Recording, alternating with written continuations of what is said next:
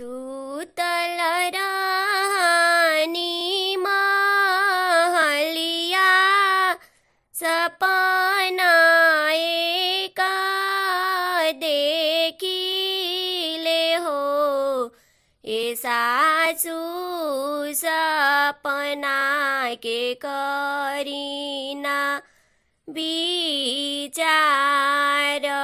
सपना बड़ी सुंदर। ए सासू सपना के करीना विचार सपना बड़ी सुंदर।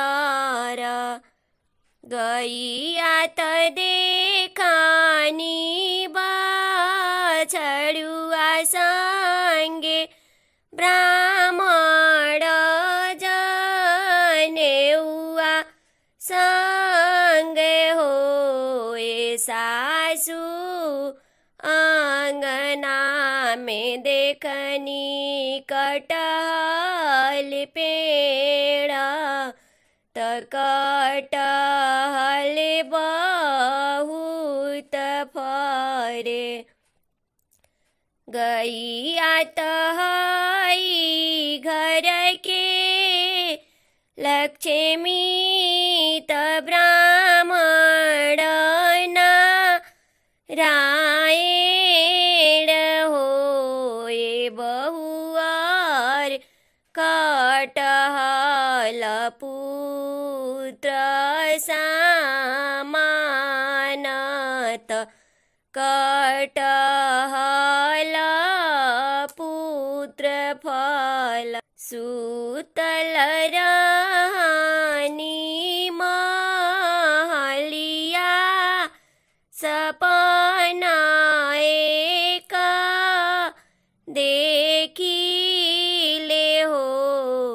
ए सासू सपना के करीना विचार सपना बड़ी सुंदर।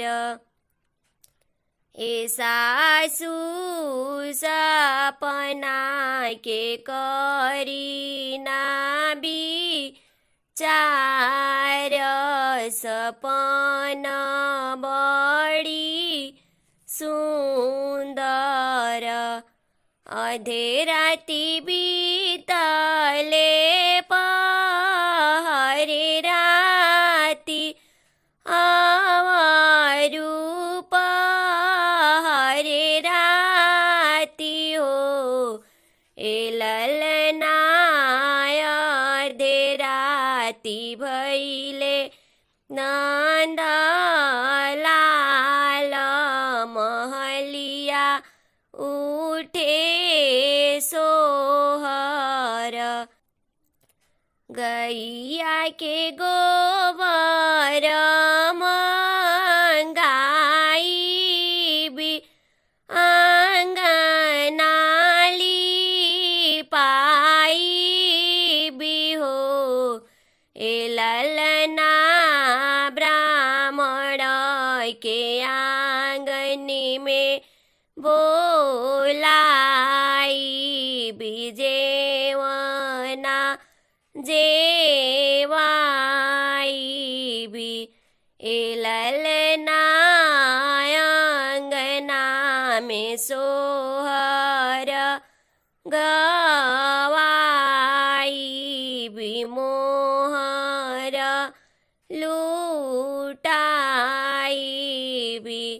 ए ललना आंगना में सोहर गवाई